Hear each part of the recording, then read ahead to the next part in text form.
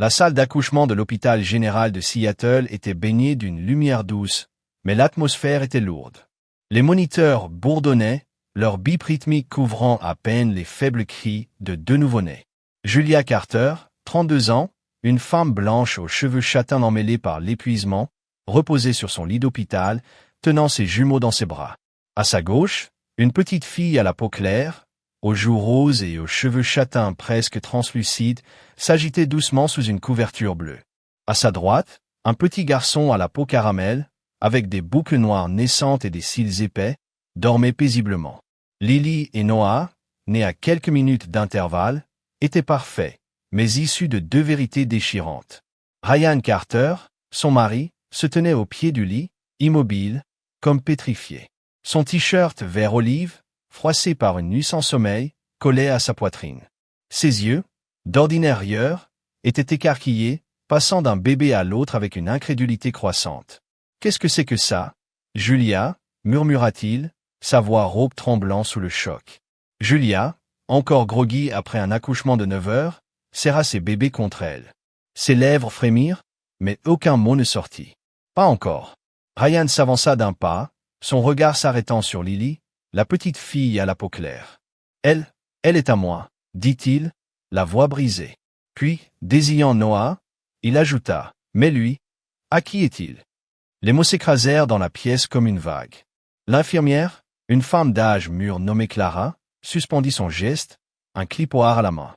Le bourdonnement de la couveuse sembla amplifier le silence.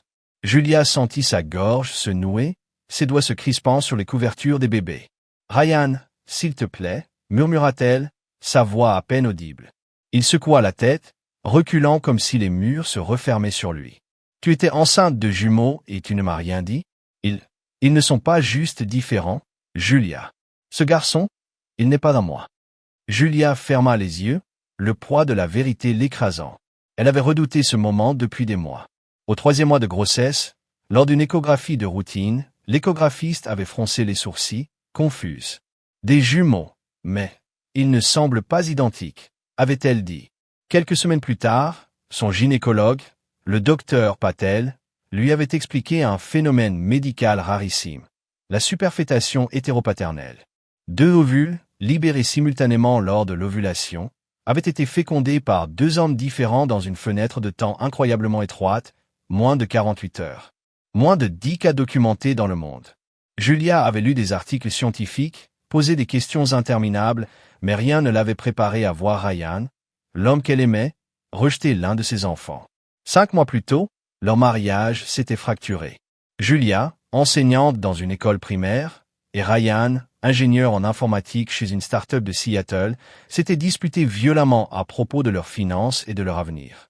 Ryan, 35 ans, avait toujours rêvé d'une famille nombreuse, mais les dettes étudiantes de Julia et les longues heures de travail de Ryan les avaient éloignés. Après une dispute où il avait lancé « Je ne sais même plus pourquoi on fait ça », il avait pris ses affaires et s'était installé chez un ami pour 3 semaines. « J'ai besoin d'espace », avait-il dit. Dans ce vide, Julia s'était tournée vers David Ellis, un ami d'enfance qu'elle connaissait depuis leurs années de lycée à Tacoma. David, un homme noir de 33 ans, dirigeait une association communautaire pour les jeunes défavorisés. Grand, avec un sourire chaleureux et une voix apaisante, il avait toujours été là pour Julia, un roc dans les tempêtes. Une nuit, après un dîner où ils avaient partagé leur peine autour d'un verre de vin, Julia s'était laissée aller. David l'avait serrée dans ses bras. L'espace d'un instant, elle avait oublié sa solitude. Une nuit, une erreur, qu'elle avait immédiatement regrettée. Ça ne doit jamais se reproduire. Avait-il convenu, gêné. Julia n'y avait plus pensé jusqu'à ce qu'un test de grossesse affiche 2 lignes. Quand Ryan était revenu, prêt à reconstruire leur mariage, Julia avait cru que le bébé était le sien. Ils avaient pleuré, ri, rêvé d'un avenir à 3. Mais au 2e trimestre, des tests génétiques prénataux, requis à cause d'un léger risque médical, avaient révélé des anomalies. Les jumeaux présentaient des marqueurs génétiques distincts. Le docteur Patel avait confirmé la superfétation hétéropaternelle, et Julia avait réalisé, avec horreur, que David était probablement le père de l'un des bébés. Terrifiée par la réaction de Ryan, elle avait gardé le secret, espérant que l'amour suffirait à tout surmonter. « Tu m'as trompé, lâcha Ryan, sa voix oscillant entre colère et désespoir. On était séparés, mais tu as couché avec quelqu'un d'autre. Julia sentit des larmes brûler ses yeux. On était séparés, Ryan. Tu disais que tu ne savais pas si tu reviendrais. J'étais brisé. J'ai fait une erreur. Une seule fois.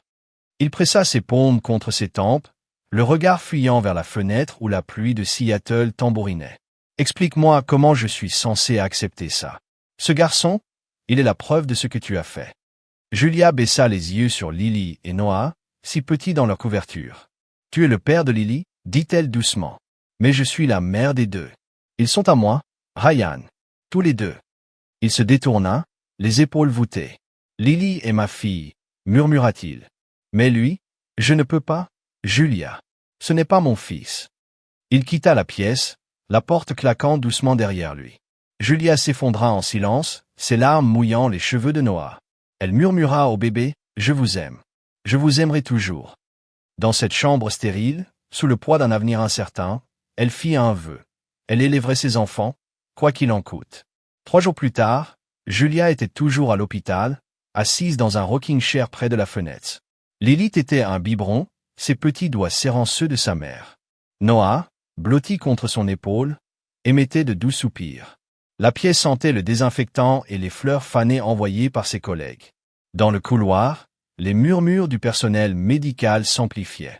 Des jumeaux de pères différents, c'est incroyable, disait une aide-soignante. Mais le mari, il ne va pas accepter ça, répondait une autre. Emma, la sœur aînée de Julia, entra avec une enveloppe cachetée et un regard inquiet. Les tests ADN sont arrivés, dit-elle doucement. Ryan les a demandés dès le premier jour. Julia hocha la tête, la gorge sèche.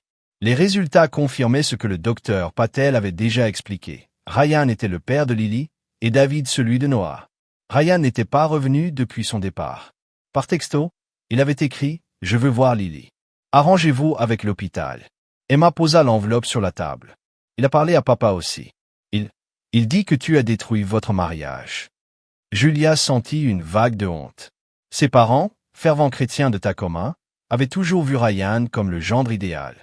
Leur déception, bien qu'attendue, la blessait. « Je ne savais pas quoi dire, » murmura-t-elle. « J'avais peur qu'il parte pour de bon. » Ce soir-là, David lui envoya un message. « Astérisque, j'ai appris pour les bébés.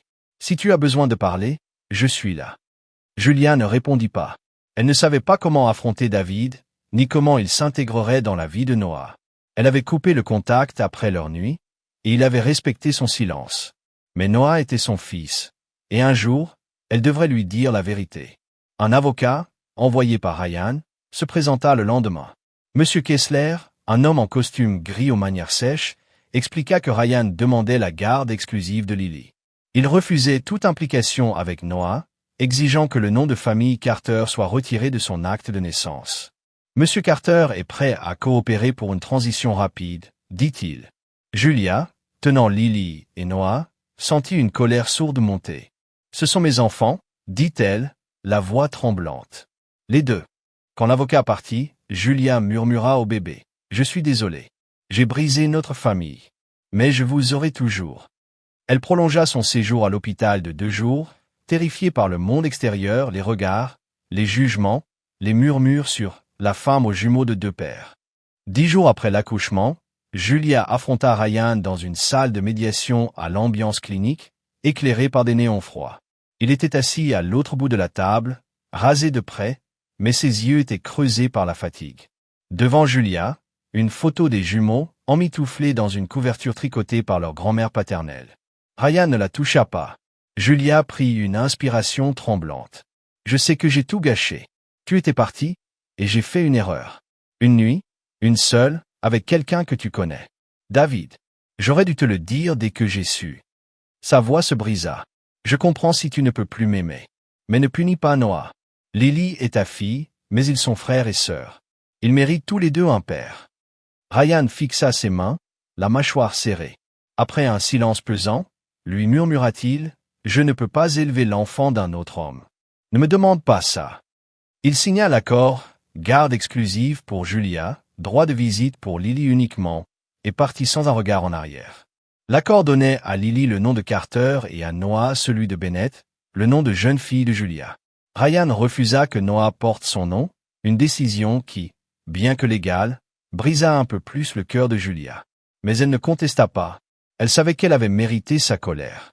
Ce que le tribunal ne pouvait pas décider, c'était l'amour qu'elle donnerait à ses enfants. Elle jura de les élever avec une égalité absolue, pour qu'aucun ne se sente jamais rejeté. Les années passèrent, et l'histoire des jumeaux de Julia devint une anecdote dans les cercles de Seattle, puis s'effaça. Julia quitta la maison qu'elle partageait avec Ryan pour une petite bâtisse près de Capitol Hill, achetée avec l'aide d'un prêt familial. Elle travaillait comme enseignante le jour et serveuse le soir, étudiant la nuit pour devenir éducatrice spécialisée. Lily grandit avec des cheveux au burn qui captaient la lumière et une énergie débordante, toujours à escalader les meubles ou à poser des questions comme « Pourquoi les étoiles ne tombent-elles pas ?» Noah N., plus introspectif, collectionnait des galets polis par la rivière et dessinait des cartes stellaires sur des bouts de carton. Frères et sœurs, ils partageaient un lien indéfectible, riant des mêmes blagues, partageant les mêmes rêves sous les couvertures de leurs lits superposés. Ryan voyait Lily une fois par mois, l'emmenant pour des sorties au zoo ou au marché de Pike Place. Il envoyait des cadeaux pour son anniversaire, un vélo rose, une boîte de Lego, mais ne mentionnait jamais Noah. Julia respectait son choix, mais chaque visite creusait un peu plus le fossé entre eux.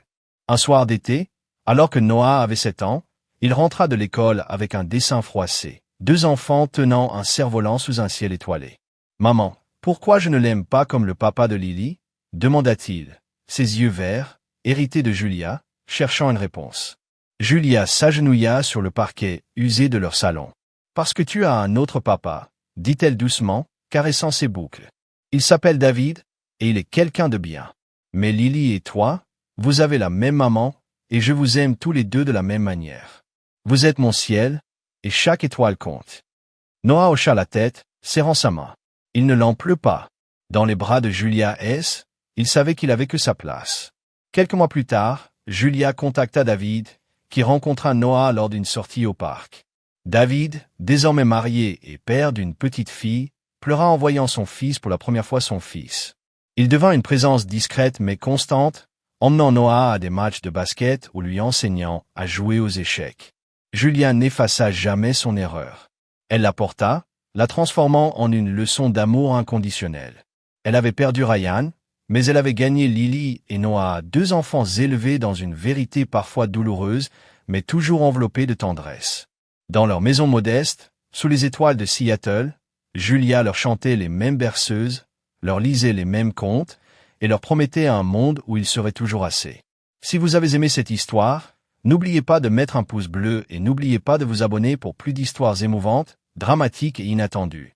Dites-nous dans les commentaires d'où vous nous regardez. Nous adorons avoir de vos nouvelles.